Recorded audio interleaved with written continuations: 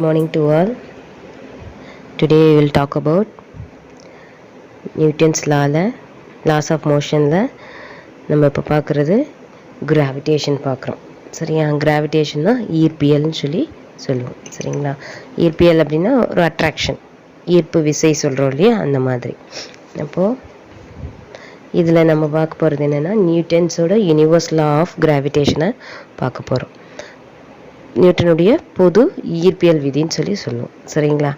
இது எப்படி அப்படின்னு பார்த்தீங்க அப்படின்னா, this law states that every particles of matter in this universe attracts every other particle with a force. அதாவது அந்த ஏர்த்தில் இருக்கக்கூடிய ஒவ்வொரு பார்ட்டிக்கல் மீன்ஸ் ஒரு டஸ்ட்டே இருக்கட்டும், ஒரு தூசு இருக்குது அப்படின்னா அதில் துகள்கள் இருக்கும் இல்லையா, அந்த ஒவ்வொரு துகள்களுக்கும் இடையிலையும் அதாவது ஈர்ப்பியல் விதி இருக்குது. சரிங்களா? ஒரு ஈர்ப்பு விசைங்கிறது ஏற்படுது.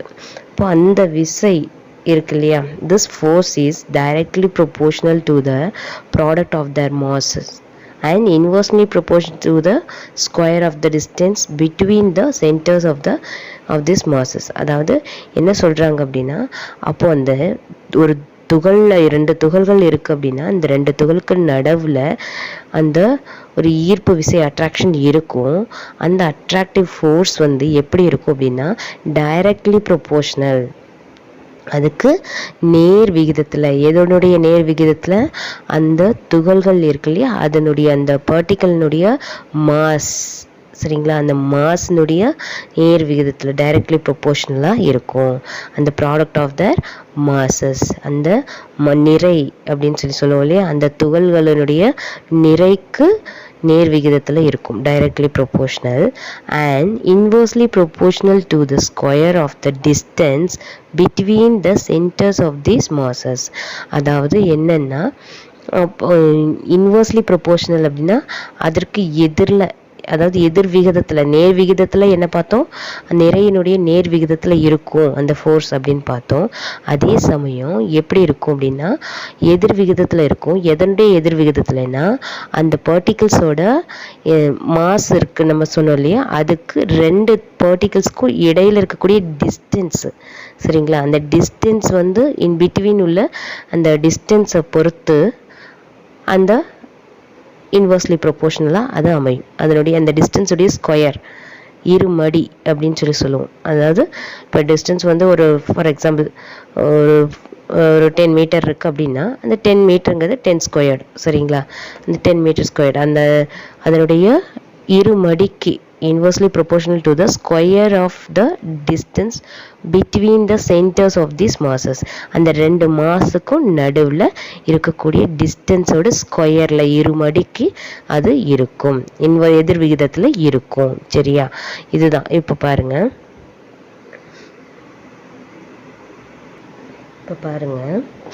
இதில் பார்த்தீங்கன்னா இந்த பிக்சரில் உங்களுக்கே தெரியும், M1ன்னு ஒரு பார்ட்டிக்கிள் இருக்குது, இன்னொரு பார்ட்டிக்கிள் இருக்குது. அந்த பார்ட்டிகிள்ஸ் ரெண்டுமே, அதாவது அந்த துகள்கள் ரெண்டுமே M1 M2ங்கிற அந்த நிறை மாசு வச்சிருக்கு. சரியா?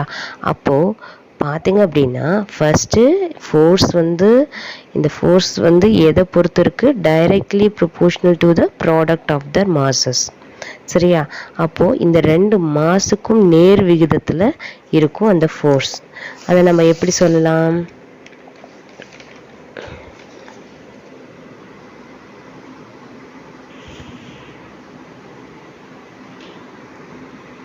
F, அதாவது force directly proportional M1 into M2. சரியா? M1 into M2, M1 M2 இப்படி எழுதலாம், இல்லை நடுவில் நீங்கள் மல்டிபிள் போட்டுக்கிட்டாலும் ஓகே, எப்படி வேணாலும் எழுதலாம். சரியா? இப்போது இதில் என்ன சொல்லியிருக்காங்க, ஃபோர்ஸு டைரக்ட்லி ப்ரொபோர்ஷனல் எதுக்கு அப்படின்னா product of these masses of their masses, அதாவது ரெண்டு துகள்களுக்கு நடுவில் உள்ள அந்த மாஸ் இருக்கு இல்லையா அதனுடைய டைரக்ட்லி ப்ரொபோர்ஷனல் தான் இந்த ஃபோர்ஸ் அப்படின்னு சொல்கிறோம். அண்ட் இன்னொன்று சொல்லியிருக்காங்க இல்லையா, அண்ட் என்னென்னா ஃபோர்ஸ் டைரக்ட்லி ப்ரொபோர்ஷனல் அப்படின்னு ஃபஸ்ட்டு சொன்னோம். பட் இப்போ இது டைரக்ட்லி ப்ரொபோர்ஷனல் கிடையாது, இன்வர்ஸ்லி ப்ரொபோர்ஷனல். சரியா? அப்போது டைரக்ட்லி ப்ரொபோஷனல் இன்வர்ஸ்லி அப்படின்னா என்ன? இன்வர்ஸ் அப்படின்னாவே இப்போ டைரெக்டாக போட்டோம் அப்படின்னா இப்படி டைரெக்டாக போட்டுடலாம். பட் இன்வர்ஸ் அப்படிங்கும்போது 1 டிவைடட் பை எதுக்கு? டிஸ்டன்ஸ். டிஸ்டன்ஸ்னால் இங்கே ஆர்ன்னு கொடுத்துருக்காங்க சரியா. அப்போ r². சரியா. இப்போது இன்வர்ஸ்லி ப்ரொபோஷனல்னால் என்ன? 1 டிவைடட் பை r². அதாவது அந்த டிஸ்டன்ஸினுடைய இருமடி. சரிங்களா. அந்த டிஸ்டன்ஸினுடைய இருமடிக்கு இன்வர்ஸ்லி ப்ரொபோஷனல் எதிர் விகிதத்தில் இருக்கும் அப்படிங்கிறது தான் இப்படி கொடுத்துருக்காங்க. சரியா. புரிஞ்சுதா? அதாவது ஃபோர்ஸுங்கிறது என்னென்னா இந்த அதாவது இரண்டு துகள்களுக்கு இடையில் இருக்கக்கூடிய அட்ராக்ஷனை ஃபோர்ஸ்ன்னு சொல்கிறோம்.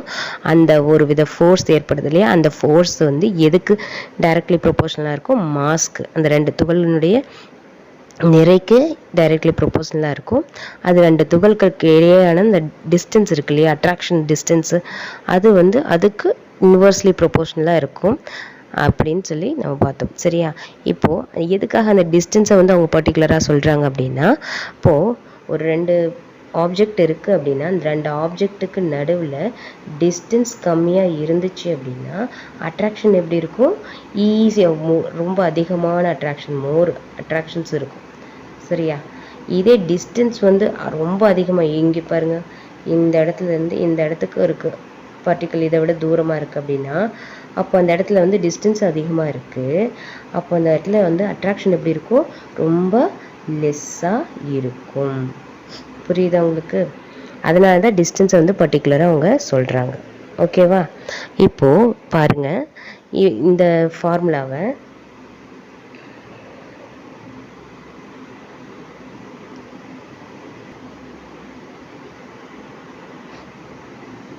F directly proportional m1 into m2. Okay. அப்போது F directly proportional inversely divided by r². r²ங்கிறது அந்த டிஸ்டன்ஸ் அப்படின்னு பார்த்தோம். இதை இப்போ நான் இந்த டைரக்ட்லி ப்ரொபோஷனல் அப்படிங்கிறத மாற்றணும், ஈக்குவல் டு அப்படின்னு கொண்டு வரணும். அப்படி கொண்டு வரணும் அப்படின்னா நான் என்ன பண்ண போகிறேன்? எஃப்ஸ் ஈக்குவல் டு அந்த இன்வர்ஸ் டைரக்ட்லி ப்ரொபோஷனலோட அந்த இதை மாற்றணுன்னு நான் ஒரு கான்ஸ்டன்ட் வேல்யூ கொடுக்கணும். அந்த கான்ஸ்டன்ட் வேல்யூ இங்கே வந்து எதை பொறுத்து இருக்குது?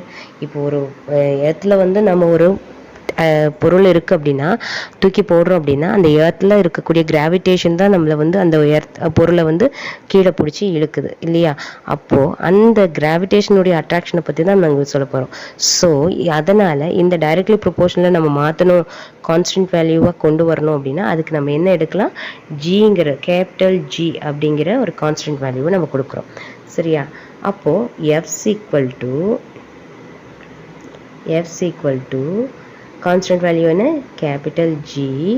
அந்த வேல்யூ அப்படியே போட்டுக்கலாம், m1 m2 divided by r². சரியா. அப்போது இதுதான் வந்து ஒரு, அதாவது ஜிங்கிறது கான்ஸ்டன்ட்டு நம்ம சொல்லிட்டோம். சரியா. கான்ஸ்டன்ட் அப்படின்னாவே எங்கேயுமே சேஞ்ச் ஆகாதுன்னு சொல்லிட்டோம். ஓகேவா. அப்போது இதுதான் கிராவிடேஷன், நியூட்டன்ஸோட யூனிவர்ஸ் லாவினுடைய கிராவிடேஷன் அப்படின்னா என்னென்னா இதுதான் இந்த ஃபார்முலா ஃபார்மேட். சரியா. அப்போ ஃபோர்ஸ் எப்படி இருக்குது அப்படின்னா ரெண்டு பார்ட்டிகல்ஸ்க்கு இடையில இருக்கக்கூடிய மாஸ்னுடைய அந்த அட்ராக்ஷன்ஸை வச்சும் அதே சமயம் ரெண்டு பார்ட்டிகல்ஸ்க்கு இடையில இருக்கக்கூடிய டிஸ்டன்ஸினுடைய அட்ராக்ஷன் வச்சும் இந்த ஃபோர்ஸை நம்ம கண்டுபிடிக்கிறோம். சரிங்களா. கால்குலேட் பண்ணுறோம். இப்போது ஜி சொல்லிட்டோம், ஜி வந்து கான்ஸ்டன்ட் சொல்லிட்டோம். இப்போ ஜி கிராவிடேஷன் வந்து எந்த மாதிரி ஒரு வேல்யூ கொடுக்கும்? ஒரு கான்ஸ்டன்ட் வேல்யூ வேணும் இல்லையா.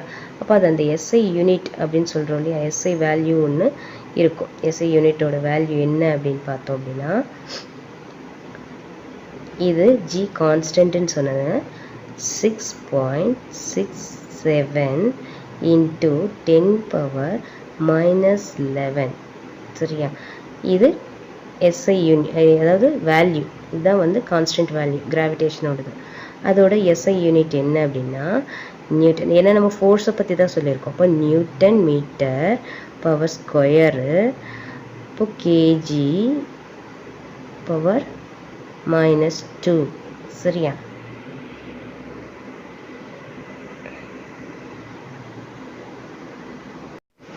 அடுத்த டாபிக் நம்ம பார்க்குறது acceleration due to gravity. இப்போ நம்ம போனதில் பார்த்தோம் நியூட்டன்ஸ் யூனிவர்ஸ் லா ஆஃப் கிராவிடேஷனில் பார்த்தோம் இல்லையா, அதனுடைய யூனிவர்ஸ் லா ஆஃப் கிராவிடேஷனுடையது நம்ம என்னென்னு பார்த்தோம், force equal to capital G, அதாவது கிராவிடேஷனுக்கு கான்ஸ்டன்ட் வேல்யூக்கு capital G m1 m2 divided by R ஸ்கொயர்னு பார்த்தோம். கேபிட்டல் ஜியினுடைய வேல்யூ என்னென்னு பார்த்தோம், கான்ஸ்டன்ட் வேல்யூ அது எங்கேனாலுமே உங்களுக்கு மாறவே மாறாது. ஸோ அந்த கான்ஸ்டன்ட் கிராவிடேஷனுடைய வேல்யூ என்ன அப்படின்னா யூனிவர்சல் கிராவிடேஷனல் கான்ஸ்டன்ட், சரிங்களா, 6.674 into 10 power minus 11 nm square kg power minus 2. சரியா, இதுதான் SI யூனிட். சரியா, இதுதான் இது நம்ம பார்த்தோம் acceleration due to gravity. இப்போ acceleration due to gravity, கிராவிட்டினால ஏற்படக்கூடிய அந்த அக்சலரேஷன் என்ன நமக்கு கிடைக்கும், நம்மளுடைய வெலாசிட்டி சேஞ்ச் ஆகிட்டே இருக்கும் அக்சலரேஷன்றதுனால. சரியா, அக்சலரேஷனாக நம்ம அந்த ஃபோர்ஸ் அதிகமாக கொடுத்து அக்சலரேட் பண்ணும்போது நமக்கு ஒவ்வொரு இடத்துக்கு ஒரு செகண்டுக்கும் வெலாசிட்டி சேஞ்ச் ஆகிட்டே இருக்கும். இப்போ இங்கிருந்து நம்ம ஒரு பொருளை மேலே தூக்கி போடுறோம் அப்படின்னா மேலே தூக்கி போட்டு கீழே வர்றத ஒரு செகண்டுக்கும் அதனுடைய வெலாசிட்டி மேலேருந்து கீழே இறங்கிக்கிட்டே தானே வரும், மேலேயே நின்று போகிறது கிடையாது. அங்கேருந்து தூக்கி போட்டோம், அங்கேருந்து ரிட்டர்ன் வருது ஒரு பொருள் அப்படின்னா அப்போ மேலேருந்து ஒரு செகண்டுக்கும் ஒரு பாயிண்ட் தள்ளி தள்ளி வரும்போது அதனுடைய வெலாசிட்டி சேஞ்ச் ஆகிக்கிட்டே இருக்கு இல்லையா, அதுதான் அக்சலரேஷன். அப்போ அந்த அக்சலரேஷன் எதனால மேலே தூக்கி போட்ட பொருள் எதனால கீழே வருது, டியூ டு கிராவிட்டி. அப்போ அந்த கிராவிட்டினால ஏற்படக்கூடிய அக்சலரேஷன் அப்படிங்கிறத நம்ம இப்போ என்னன்னு பார்க்குறோம். சரிங்களா, இப்போ பார்த்தீங்க அப்படின்னா நம்ம சொல்லிட்டோம், இங்கே நம்ம ஒரு பொருள் நம்ம அங்கே நிற்கிறோம், நம்ம இங்கே ஏர்த்தில் நின்றுட்டுருக்கோம். சரி, அது ஏர்த் சர்ஃபேஸில் நம்ம நின்றுக்கிட்டு இருக்கோம். அப்படி நின்றுக்கிட்டு இருக்கும்போது நம்ம இங்கேருந்து ஒரு பொருளை மேலே தூக்கி போட்டோம். மேலே தூக்கி போட்ட பொருள் மேலே போய் செகண்டில் நின்று ரிட்டன் கீழே வருது. கீழே வர ஒவ்வொரு டைமும் வெலாசிட்டி சேஞ்ச் ஆகிட்டே இருக்கு இல்லையா. ஃபஸ்ட்டு ஒன் டைம் அது மேலேருந்து இப்போ கீழே வருது அப்படின்னா அடுத்த ஸ்டேஜ் இன்னும் கீழே வந்திருக்கும், அதுக்கு அடுத்த ஸ்டேஜ் இன்னும் கீழே வந்திருக்கும். அப்போ ஒவ்வொரு ஸ்டேஜ்லேயும் அதனுடைய வெலாசிட்டி சேஞ்ச் ஆகிக்கிட்டே வருது இல்லையா. அப்போ இந்த இடத்துல என்ன ஆகுது, அக்சலரேஷன் நடக்குது. எதன் மூலிமா, இந்த ஏர்த்தில் இருக்கக்கூடிய கிராவிடேஷனல் ஃபோர்ஸ் மூலிமா. அப்போது அந்த ஃபோர்ஸ்னால என்ன ஆகுது, அக்சலரேஷன் சேஞ்ச் ஆகிக்கிட்டே வருது. சரியா, இதுதான் எப்படி சொல்லியிருக்காங்க அப்படின்னா, இப்போ ஏர்த்தில் இருந்து ஒரு குறிப்பிட்ட டிஸ்டன்ஸுக்கு நம்ம மேலே தூக்கி போட்டோம், அந்த டிஸ்டன்ஸ்லேருந்து அது ரிட்டன் கீழே வரும்போது அதனுடைய ஒரு கிராவிடேஷனல் ஃபோர்ஸுங்கிறது அதுக்கு ஒரு அக்சலரேஷன் கொடுத்து அந்த அக்சலரேஷன் ஒவ்வொரு வெலாசிட்டி சேஞ்ச் ஆகி கீழே அப்வர்டில் போனது கீழே டவுன்வேர்டுக்கு இழுக்கும். சரியா, அப்போ அது ஒரு அட்ராக்ஷன்ஸ் அதில் ஏற்பட்டு அதன் மூலிமா கீழே இறங்கி வருது அப்படின்னு சொல்கிறோம். சரிங்களா, இப்போ ஒரு பொருளை நீங்கள் மேலே தூக்கி போடுறீங்க அப்படின்னா அது இந்த எர்த்தினுடைய கிராவிடேஷனல் ஃபோர்ஸை அதனுடைய ஈர்ப்பு விசையினால் அதனுடைய திசை வேகம், அதாவது அக்சலரேஷனில் என்ன ஆகுது, வெலாசிட்டி சேஞ்ச் ஆகுது. அப்போ படிப்படியாக செகண்டுக்கு செகண்ட் அதனுடைய வெலாசிட்டி சேஞ்ச் ஆகுது. அப்போது வெலாசிட்டி சேஞ்ச் ஆகுது அப்படின்னா அப்போது அந்த இடத்துல என்ன நடக்குது, அந்த ஈர்ப்பு விசைங்கிறது செயல்படுது. கீழே விழும்போது அதனுடைய இந்த புவியினுடைய அந்த ஈர்ப்பு விசைங்கிறது ஏற்படுது.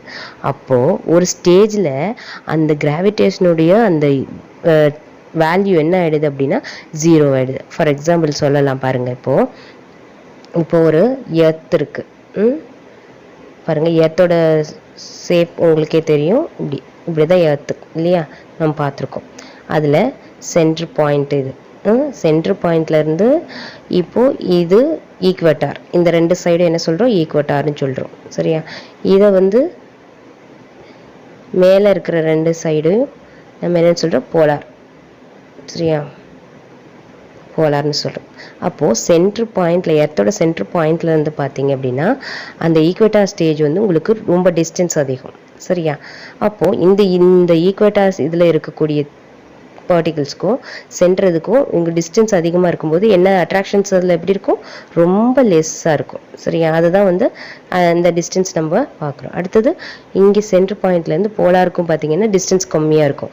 அப்போ அந்த இடத்துல என்ன ஆகுது, அட்ராக்ஷன்ஸ் வந்து அதிகமாக இருக்கும், ரொம்ப அதிகமாக இருக்கும். சரியா, அப்போது ஒரு ஸ்டேஜில் நீங்கள் அங்கே மேலே போலார் ஸ்டேஜில் இருந்து கீழே இறங்கி வந்துட்டீங்க அப்படின்னா, கிராவிடேஷனோட சென்டர் பாயிண்ட்டுக்கு வந்துட்டீங்க அப்படின்னா, அப்போ அந்த இடத்துல எர்த்தோட சென்டர் பாயிண்ட்ல கிராவிடேஷன் என்னவாகுது, ஜீரோவா வந்து நிற்கும். பிகாஸ் டிஸ்டன்ஸ் இருக்கும்போது அட்ராக்ஷன்ஸ் வந்து வேரி ஆகுது. பக்கமாக இருக்கும்போது அட்ராக்ஷன் அதிகமாக இருக்குது, ஒரு குறிப்பிட்ட டிஸ்டன்ஸ் தள்ளி போகும்போது அட்ராக்ஷன் கம்மியாக இருக்குது.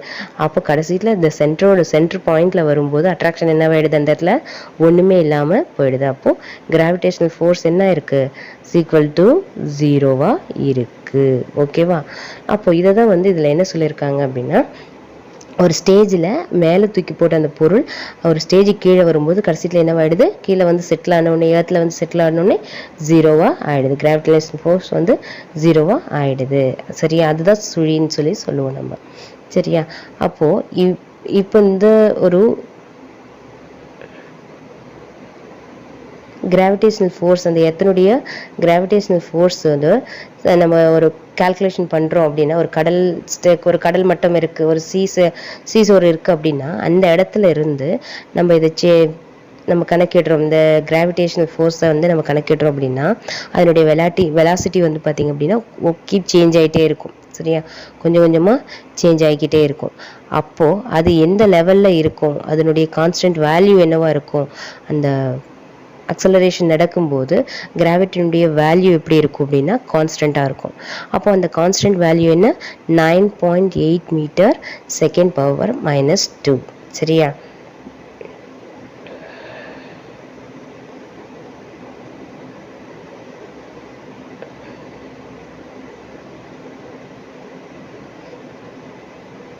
இப்போ நம்ம சொன்னோம் இல்லையா, மேலே தூக்கி போட்டு அந்த பொருள் கீழே வருது. கீழே வரக்கூடிய ஒவ்வொரு கிராவிடேஷனுடைய ஃபோர்ஸுக்கும் ஒரு செகண்டுக்கும் அதனுடைய வெலாசிட்டியை சேஞ்ச் பண்ணுது. அப்போ வெலாசிட்டியை சேஞ்ச் பண்ணும்போது அதனுடைய கிராவிடேஷனல் ஃபோர்ஸ் என்னவா இருக்குது, கான்ஸ்டண்ட்டாக இருக்குது. ஒரு செகண்டுக்குமே அதனுடைய வெலாசிட்டி எந்த லெவலில் இருக்குன்னா 9.8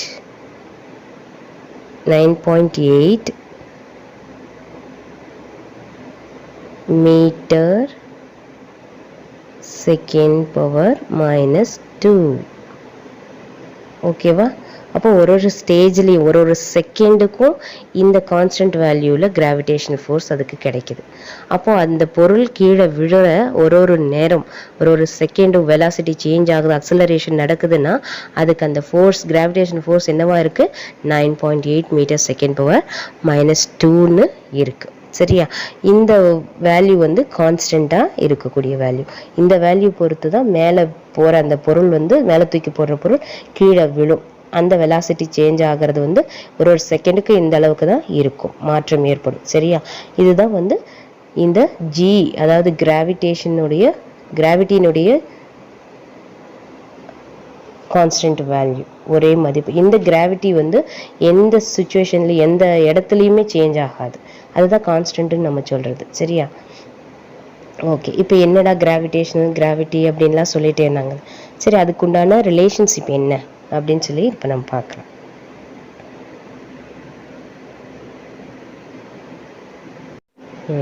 இப்போ பாருங்கள், நம்ம அக்சலேஷன் டியூ டு கிராவிட்டின்னு பார்த்தோம் இல்லையா, அதில் என்ன சொல்லியிருக்காங்க, லாஸ்ட்டாக நம்ம பார்த்தது வந்து சீசோர், அந்த கடல் மட்டத்திலிருந்து அதனுடைய கிராவிட்டி, ஒரு பொருள் வந்து கடல் மட்டத்தை பொறுத்து வச்சு நம்ம பார்த்தோம் அப்படின்னா அதனுடைய கிராவிட்டி ஃபோர்ஸ் வந்து 9.8 மீட்டர் செகண்ட் பவர் -1 அப்படின்னு சொல்லி சொன்னோம். இந்த பாயிண்ட், இந்த கான்ஸ்டன்ட் வேல்யூங்கிறது வந்து சில எர்த் சர்ஃபேஸை பொறுத்து சேஞ்ச் ஆகும், ஒரே மதிப்பாக இருக்காது, கொஞ்சம் வேரி ஆகிறதுக்கு வாய்ப்பு இருக்குது. பிகாஸ் ஆஃப் த எர்த்தினுடைய சர்ஃபேஸ் பொறுத்து அப்படின்னு சொல்லியிருக்காங்க. சரியா, இப்போ relations between G and G, அதாவது small G and capital G. அப்போது when a body is at rest on the surface of the earth, it is acted upon by the gravitational force of the earth. அதாவது எப்போ ஒரு ஒரு நிறை எம்ங்கிற அந்த நிறை உள்ள அந்த மாஸ் உள்ள ஒரு பொருள் எர்த்தில் வந்து ரெஸ்டில் இருக்குது, ரெஸ்டான ஸ்டேட்டில் இருக்குது அப்படின்னா அப்போது அந்த ஆப்ஜெக்ட்டு மேலே ஏற்கனவே செயல்படக்கூடிய 2 விதமான ஃபோர்ஸ், அதை பற்றி தான் நம்ம இப்போ இங்கே பார்க்க போகிறோம். என்ன மாதிரி ஃபோர்ஸு ஆக்ட் ஆகுது அப்படின்னு பார்க்கலாம். Let us compute the magnitude of this force in 2 ways. 2 விதமான மெத்தடில் அந்த ஃபோர்ஸ் வந்து ஆக்ட் ஆகுது. எப்படி? let capital M, சரியா, capital M be the mass of the earth and small m be the mass of the object, body, anyone. அப்போது 2 விதமான force ஏற்படுது. எதில் இருந்து அப்படின்னு பார்த்தோம் அப்படின்னா, இப்போ இந்த பிக்சரை பார்த்தோம்னா உங்களுக்கு ஈஸியாக புரியுது. Entire mass of the earth, அதாவது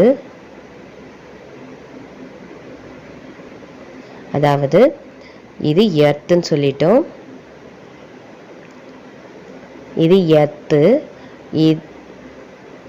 தெரிஞ்சிச்சு. இது ஆப்ஜெக்ட், அதாவது பாடி, சம் பார்ட்டிக்கிள், எனி ஒன், ஏதோ ஒரு திங்ஸ் நீங்கள் எர்த்து மேலே வச்சுருக்கீங்க, பொருள், சரியா. அப்போது எர்த்தினுடைய மாஸ் வந்து கேபிட்டல் எம், சரியா. இந்த ஆப்ஜெக்டினுடைய மாஸ் வந்து ஸ்மால் எம், சரியா.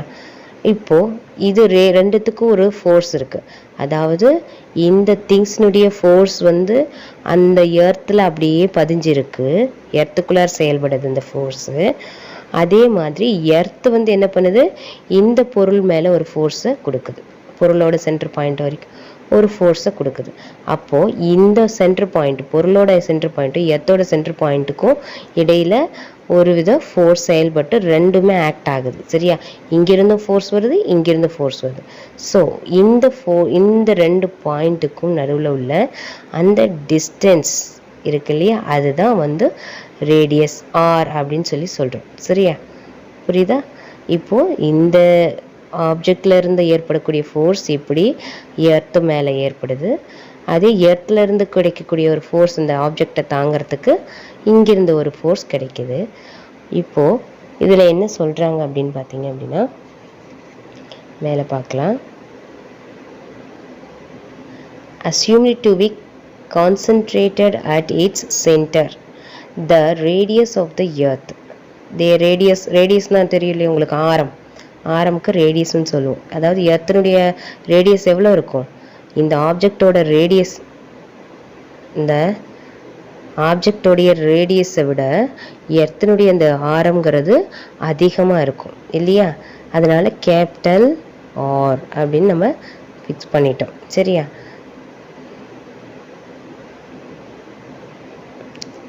அடுத்தது பார்த்தீங்க அப்படின்னா, அந்த எர்த்தினுடைய ஆரம் இங்கே கொடுத்துருக்கிற வேல்யூ வந்து ஒரு அப்ராக்சிமேட்டாக அவங்க சொல்லிட்டாங்க. அந்த எர்த்துக்கு வந்து ஆரம் வந்து 6378 கிலோமீட்டர் அப்படின்னு சொல்லி ஒரு அப்ராக்சிமேட்டுக்கு தான் சொல்லியிருக்காங்க, சரியா. எல்லாமே எக்ஸாக்டாக அப்படி இருக்கும்னு நினச்சிட வேண்டாம். பை நியூட்டன்ஸுடைய செகண்ட் லா ஆஃப் கிராவிடேஷன் இருக்கு இல்லையா, அதை force acting on the body is given by என்ன கொடுத்துருக்காங்க.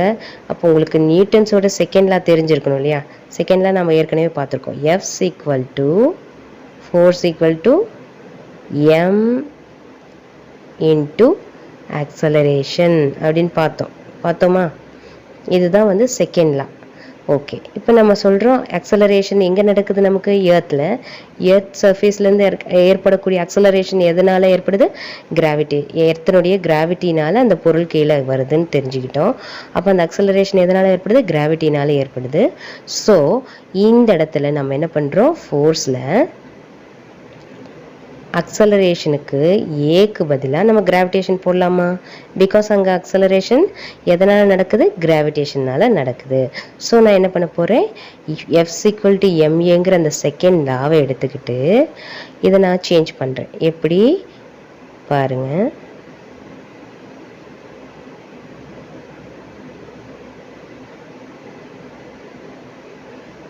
எஃப்ஸ் ஈக்குவல் டு செகண்ட் லா படி பார்த்தோன்னா மாஸ் இன்ட்டு ஆக்சலரேஷன்னு பார்த்தோம். பட் இப்போ எனக்கு இங்கே இந்த எர்த்தில் எனக்கு அக்சலரேஷன் எதன் மூலிமா கிடைக்குது? கிராவிடேஷனல் ஃபோர்ஸ் மூலிமா கிடைக்குது. ஸோ நான் எஃப்ஸ் ஈக்குவல் டு என்னன்னு கொடுக்க போகிறேன்? F equal to mass into G அப்படின்னு கொடுக்க போகிறேன். G means gravitation. ஓகேவா? Gன்னு நான் கொடுக்குறேன். M into G. ஓகேவா? இப்போ M into Gன்னு நான் சொல்லி கொடுத்துருச்சு. பிகாஸ் கிராவிடேஷனால் அக்சலரேஷன் நடக்குது, அதனால் M into Gன்னு நான் சொல்லிட்டேன். அதுதான் இங்கே சொல்லியிருக்காங்க பாருங்கள். F equal to M into Gங்கிறதுல இடத்துல இப்போ G கேபிட்டல் எம்னு ஏன் போட்டோம்? நம்ம எந்த லா படி போட்டுட்ருக்கோம்? இப்போ செகண்ட் லாவோட ஃபார்முலா M into Gன்னு பார்த்துட்டோம்.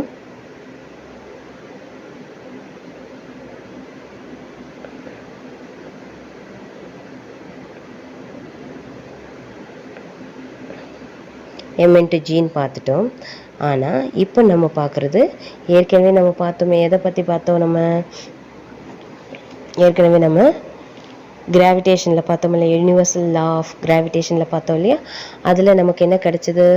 Force equal to G m1 m2 divided by R square நம்ம பார்த்தோம். சரியா?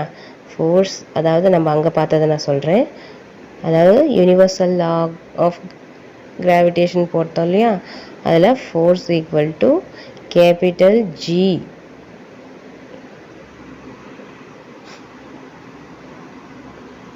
capital G m1 m2 divided by r square அப்படின்னு நம்ம பார்த்தோம் இல்லையா? பட் இது வந்து m1 m2 எதுக்கு நடுவில் பார்த்தோம்? ரெண்டு பார்ட்டிகிள்ஸ், அதாவது துகள்களுக்கு நடுவில் பார்த்தோம். ஆனால் இப்போ நம்ம பார்க்குறது எதுக்கு? ஒரு பொருளுக்கும் ஒரு ஆப்ஜெக்ட்டுக்கும் எர்த்துக்கும் நடுவில் பார்க்குறோம். அப்படிங்கும்போது எர்த்து வந்து மாஸ், எர்த்தோட மாஸ் வந்து நம்ம கேபிட்டல் எம் அப்படின்னு நம்ம எடுத்துக்கிறோம். சரியா? இப்போ பாருங்க, எர்த்தோட மாஸ் வந்து கேபிட்டல் எம்னு எடுத்துக்கிறோம். ஓகேவா? அடுத்தது ஸ்மால் எம். எதனுடையது ஸ்மால் எம்? ஆப்ஜெக்டோட மாஸை வந்து ஸ்மால் எம்னு நம்ம எடுத்துக்கிறோம். ஆல்ரெடி நம்ம அதில் போட்டு தான் இருக்குது, இருந்தாலும் சும்மா நான் உங்களுக்கு எழுதி காமிக்கிறேன். அடுத்தது நம்ம ஆர் ஸ்கொயர், அதில் வந்து ஸ்மால் ஆர் ஹோல் ஸ்கொயர்னு போட்டிருந்தோம் இல்லையா? ஆனால் இங்கே வந்து கேபிட்டல் ஆர் கொடுத்துருக்கேன். எதுக்காக? அப்போது எர்த்தினுடைய ரேடியஸ் வந்து லென்த் எப்போ அதிகம்னு நம்ம பார்த்தோம், ரேடியஸ் ஆரம். சரியா? அதனால் அதுக்கு கேபிட்டல் ஆர்னு டினோட் பண்ணியிருக்கோம். அப்போ அந்த கேபிட்டல் ஆர் இங்கே நம்ம போடுறோம். சரியா? ஆர் இப்போ ரெண்டுத்துக்கான இருக்குது இல்லையா, ரெண்டுத்துக்கும் உள்ள ஆரம்னு இருக்கு இல்லையா, அப்போது ஆர் ஸ்கொயர்டு. சரியா? அதுதான் ஆர் ஸ்கொயர் நம்ம போட்டிருக்கோம். S equal to capital G capital M small M divided by R square அப்படின்னு சொல்லி நம்ம பார்த்தோம். சரிங்களா? இப்போ இது வந்து எதனால் நடக்குது?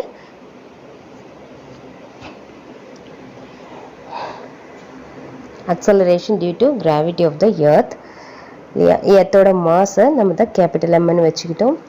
இப்போது ஹைட்டு அப்படிங்கிறது தெரியும் நமக்கு எல்லாத்துக்குமே, ஆல்டிடியூட் அப்படின்னு சொல்லலாம், ஹைட்டு அல்லது ஆல்டிடியூட்னு சொல்லலாம். சரியா?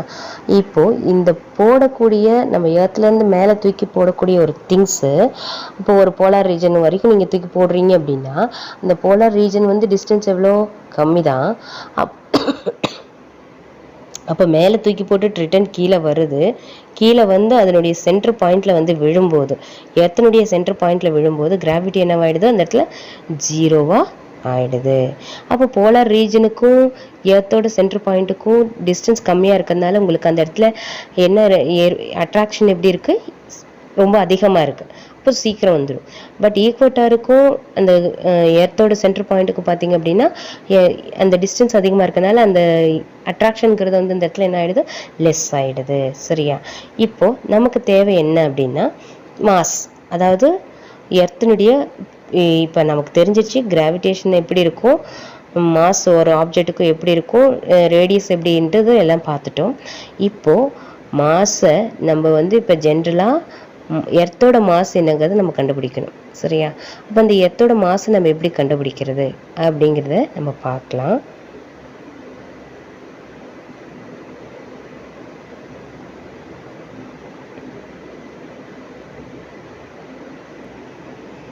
இப்போ பாருங்கள், இது வந்து நியூட்டன்ஸோட யூனிவர்சல் லா அப்படி நம்ம இந்த ஃபார்முலாவை ஃபாலோ பண்ணோம். இந்த ஃபார்முலா. அடுத்தது நியூட்டன்ஸோட செகண்ட் லா படி தான் நம்ம பார்த்தோம். F ஈக்குவல் டு என்னன்னு பார்த்தோம், மாஸ் m இன்ட்டு ஜின்னு பார்த்துட்டோம். சரியா, ஆல்ரெடி ஜின்னு பார்த்துட்டோம் நம்ம. சரி, இப்போ நம்ம இது ரெண்டையும் மிங்கிள் பண்ணலாமா? இது ஃபர்ஸ்ட் ஃபார்முலா, நியூட்டன்ஸோட யூனிவர்ஸ் லா ஆஃப் கிராவிடேஷனுங்கிறது ஃபர்ஸ்ட்டு, இது செகண்ட். சரியா, இப்போ இது ரெண்டையும் நம்ம மிங்கிள் பண்ணலாம். எப்படி? இது ரெண்டுமே ஈக்குவல் ஃபோர்ஸ் தானே, கிராவிடேஷனல் ஃபோர்ஸ் தான். அப்போது இந்த ஃபோர்ஸ்க்கு பதிலாக நான் இதை இங்கே கொண்டு வரேன். mg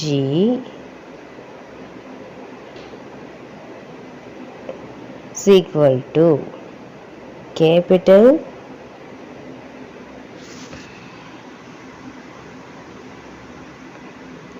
ஒரு நிமிஷம்,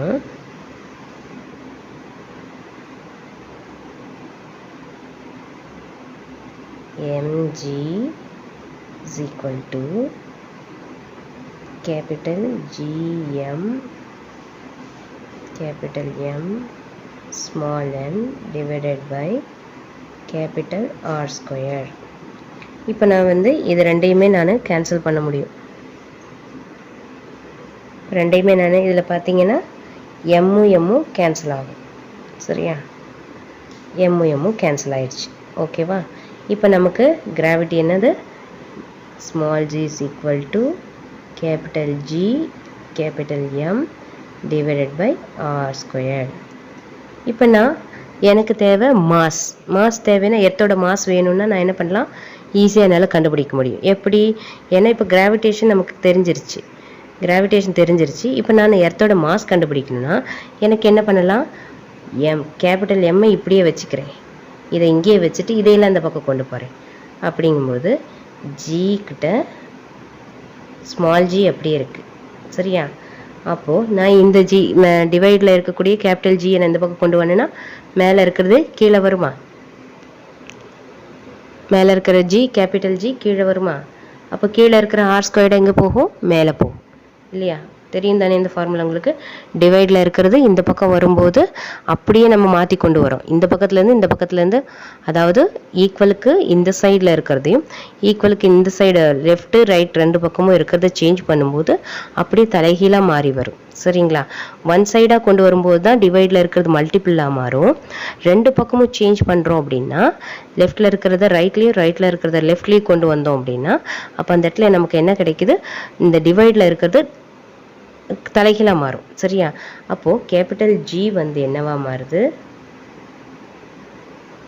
கீழே வருது, டிவைடரில் வருது கீழே, மேலே கேபிட்டல் ஆர் ஸ்கொயர்டுங்கிறது போயிடுது.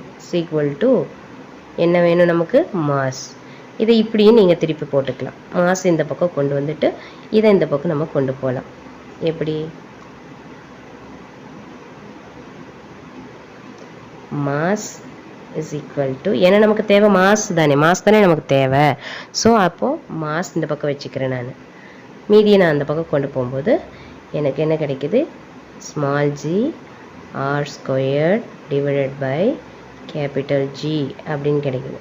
இப்போ ஒவ்வொரு கிராவிட்டியோட ஃபோர்ஸு இந்த ரேடியஸை நான் கால்குலேட் பண்ணினேன்னா எனக்கு என்ன மாஸ் கிடைக்குது அப்படின்னு பார்த்தீங்க அப்படின்னா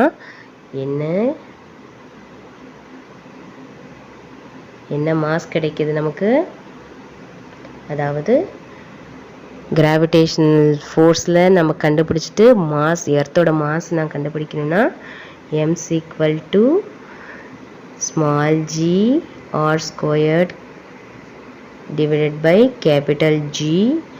இதை நான் கால்குலேட் பண்ணினேன் அப்படின்னா, அதாவது ஆல்ரெடி நமக்கு வேல்யூ கொடுத்துருக்காங்க, கிராவிடேஷனல் ஃபோர்ஸ்க்கும் வேல்யூ கொடுத்துருக்காங்க, கிராவிடேஷனுக்கும் உங்களுக்கு வேல்யூ கொடுத்துருக்காங்க, அப்புறம் ரேடியஸும் உங்களுக்கு கொடுத்துருக்காங்க இல்லையா, வேல்யூ புக்கில் கொடுத்துருக்காங்க தானே.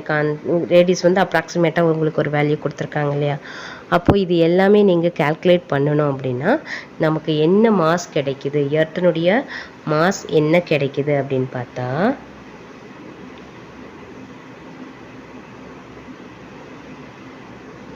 எர்த்தோட மாஸ் என்ன கிடைக்குது உங்களுக்கு, 5.972 into 10^24 kg. ஓகேவா, புரிஞ்சுதா?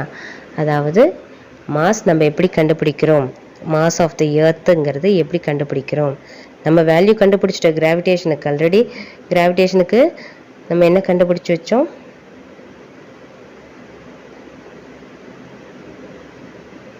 Gravitation gm divided by r ஸ்கொயர்னு கண்டுபிடிச்சிட்டோம்.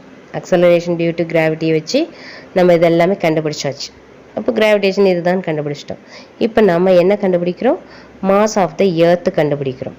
மாஸ் ஆஃப் த எர்த்துக்கு என்ன பண்ணணும்? அதுதான் நம்ம சேஞ்ச் பண்ணோம் இல்லையா? M is equal to G R square divided by capital ஜின்னு பார்த்தோம் இல்லையா? இதைப்படி நம்ம இந்த வேல்யூவை நம்ம எல்லாமே சப்ஸ்டியூட் பண்ணி பார்த்தோம் அப்படின்னா நமக்கு என்ன மாஸ் கிடைக்கிது அப்படின்னா 5.972 into 10^24 kg கிடைக்குது. இது earth of the mass of the earth. ஓகேவா? எர்த்தினுடைய மாஸ் அப்படிங்கிறத நம்ம கண்டுபிடிக்க முடியுது. சரியா? அப்போது எது முக்கியம்? நமக்கு கிராவிடேஷனல் நமக்கு கண்டுபிடிச்சோம் இல்லையா? Relationship between G and G, அதை அந்த வேல்யூ நமக்கு ரொம்ப முக்கியம். சரியா? இது வச்சு தான் நம்ம எர்த்தினுடைய மாஸை நம்ம கால்குலேட் பண்ண முடியும். இப்போ ஆக்சலரேஷன் டியூ டு கிராவிட்டி பார்த்தோம், அது one of the important question.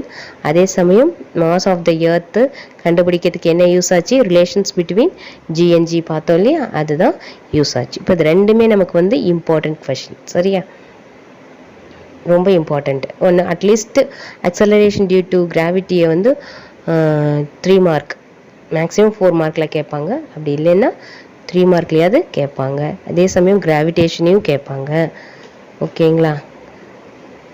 Maximum புரிஞ்சிருக்கும் நினைக்கிறேன்.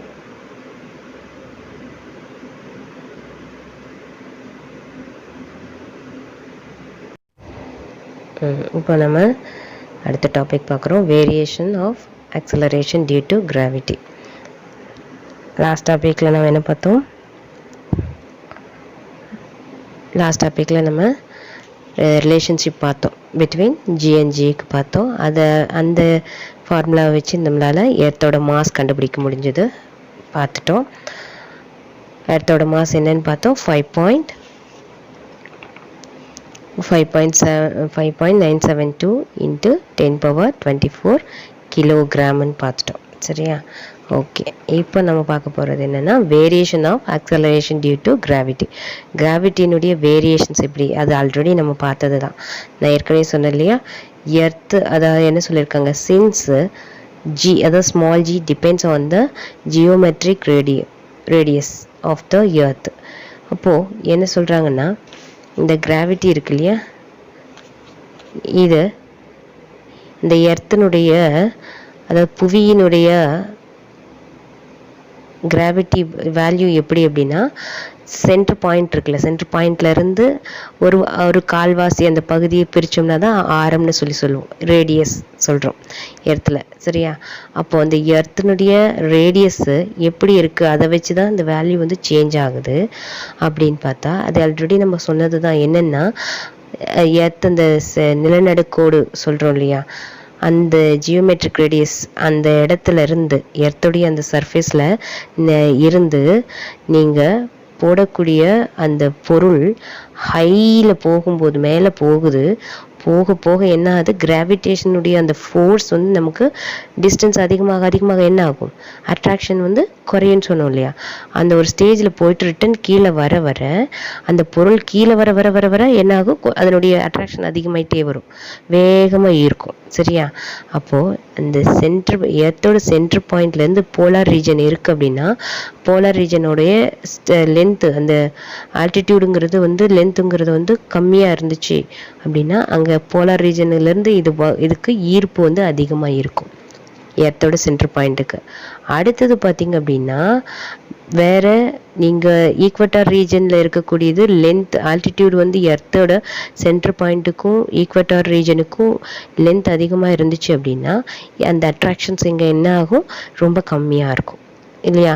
அப்போது அந்த எர்த்தோட ரேடியஸ் ஆரம் மதிப்புங்கிறது குறைவாக இருந்துச்சு அப்படின்னா அந்த அட்ராக்ஷன்ஸ் அதிகமாக இருக்கும். ரேடியஸோட அந்த லெவல் கம்மியாக ஜியோமெட்ரிக் ரேடியஸ்ன்னு சொல்கிற அந்த எர்த்தோட சென்டர் பாயிண்ட்லேருந்து இருக்கக்கூடிய அந்த ரேடியஸு கம்மியாக இருந்துச்சு அப்படின்னா அட்ராக்ஷன் வந்து அதிகமாக இருக்கும். அதே அந்த ரேடியஸ் லென்த் அந்த ஆரம் அதிகமாக இருந்துச்சு அப்படின்னா நமக்கு அந்த அட்ராக்ஷன் வந்து கம்மியாக கிடைக்கும். ஆர மதிப்பு கம்மியாக இருந்துச்சுன்னா அட்ராக்ஷன் வந்து அதிகமாக கிடைக்கும். புரியுதா நான் சொல்கிறது என்னென்னு? அதான் டைரக்ட்லி ப்ரொபோர்ஷனல் இன்வர்ஸ்ன்னு ஏன் சொன்னோம் அப்படின்னா, இன்வர்ஸ் அப்படின்னாவே உங்களுக்கு தெரியும், இது அது ரெண்டு ஆப்போசிட் டைரெக்ஷனில் நடக்கும். அதாவது அதிகமாகும்போது குறையும் போது அதிகமாகும். என்ன அதிகமாகுது? அந்த ஆர மதிப்பு, புவியினுடைய ஆர மதிப்பு அதிகமாச்சுன்னா அட்ராக்ஷன் என்ன ஆகுது? குறையும். சரியா? அட்ராக்ஷன் வந்து அதிகமாகணும்னா புவியினுடைய ஆர மதிப்பு குறையணும். சரியா? அதனால தான் இன்வர்ஸ்லி ப்ரொபோர்ஷனல். அதாவது ஜி பாருங்க, ஜி இன்வர்ஸ்லி டைரக்ட்லி ப்ரொபோர்ஷனல் பட்டு 1 டிவைட் பை ஆர் ஸ்கொயர்னு போடுறாங்களே, அது இன்வர்ஸ்லி ப்ரொபோர்ஷனல். சரியா? அப்போது ஆர மதிப்பு குறைஞ்சதுன்னா ஈர்ப்பு விசை அதிகமாகும். சரியா? ஆர மதிப்பு அதிகமாச்சுன்னா ஈர்ப்பு விசை குறையும். அவ்வளவுதான். சரியா? இதுதான் வந்து variation of acceleration due to gravity. ஓகேவா? அப்போது எர்த்தினுடைய கிராவிட்டி வந்து எப்படி வேரி ஆகுது? டியூ டு அந்த டிஸ்டன்ஸ், அந்த ஆர மதிப்பு, ரேடியஸோட ஜியோமெட்ரிக் ரேடியஸோட அந்த வேல்யூ சேஞ்ச் ஆகும்போது எல்லாமே சேஞ்ச் ஆகுது. ஓகேவா? இதுதான் உங்களுக்கு variation of acceleration due to gravity. ஓகேவா? புரிஞ்சுதா? புவியினுடைய சென்டர் பாயிண்ட், ஆல்ரெடி எர்த்தினுடைய சென்டர் பாயிண்ட் பற்றி நான் உங்களுக்கு சொல்லியிருக்கேன். சென்டர் பாயிண்ட்லேருந்து போலார் ரீஜன் பக்கமாக இருக்குது. ஸோ அதனுடைய அட்ராக்ஷன்ஸ் வந்து அங்கே அதிகமாக இருக்கும். ஈக்வட்டார் ரீஜனில் வந்து உங்களுக்கு அட்ராக்ஷன் வந்து கம்மியாக இருக்கும். பிகாஸ் லென்த்து, அந்த ஆர மதிப்பு அதிகமாக, அந்த ரேடியஸ் வந்து அதிகமாக இருக்கும்.